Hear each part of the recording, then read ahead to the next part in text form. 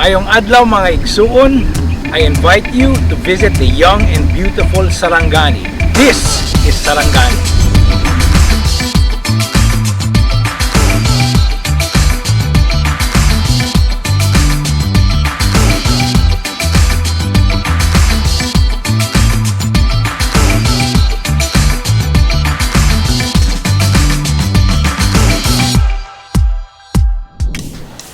Today, we want to invite you to invest in Sarangani province. So many things to do in Sarangani province, so many places to invest in, like tourism, as we saw in this beautiful resort of Lemlunay. We have investments in aquaculture and agriculture. We have investments in energy. We are open for you to invest in the beautiful province of Sarangani. Today, we have a special guest. This lady has been in the food industry for several decades. I want to introduce you to Priya Sulong, the owner of PRIA'S Kitchen. Priya, what are we cooking today? We're going to be making Asian shrimp cakes. Super easy and very versatile. So you ready? Ready. Ready to get dirty? Yeah. And chop? Okay, here we go. Hardest part about cooking is preparing all the dishes, all the ingredients. But once all the ingredients are put together or your mise en place is perfected, you can keep going. So, Steve, I'm going to want you to just roughly chop this until you get small pieces. Okay, go.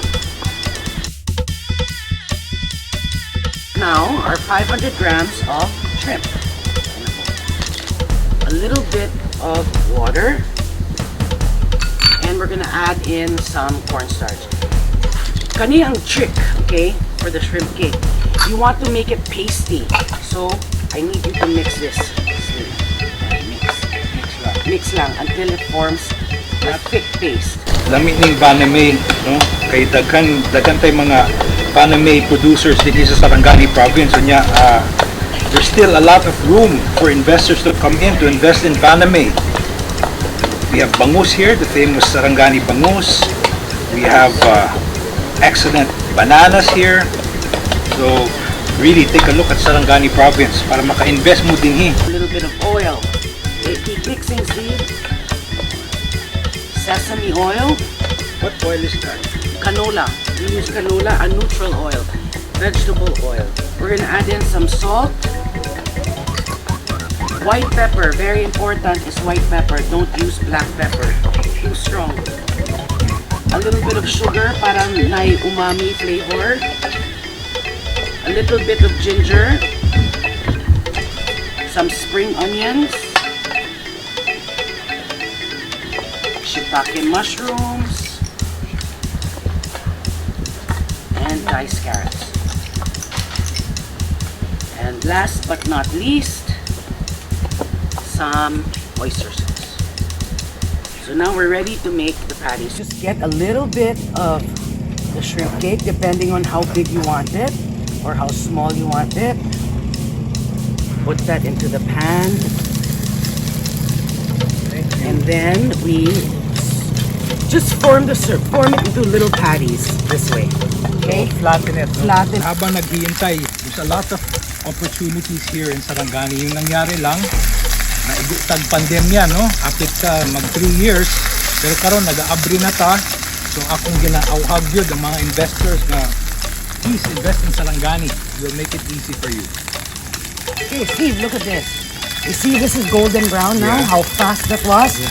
So, when it's golden brown on the other side, so about a minute or two, we're done. You plate it up and you serve it with your favorite sauces. Mine happens to be the sweet chili sauce. Sweet chili sauce.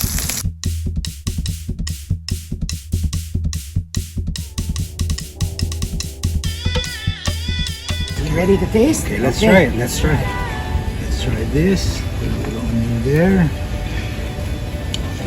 Looks good. It's juicy. This. Remember, the key is not overcooking. Taste it better. Is it good? Juicy. Juicy. Very juicy. What's that? Very juicy. Okay. Okay, so thank you guys. That's it. Super easy Asian shrimp cakes that you can do at home. Thank you. God bless you, and I'll see you in Sarangani.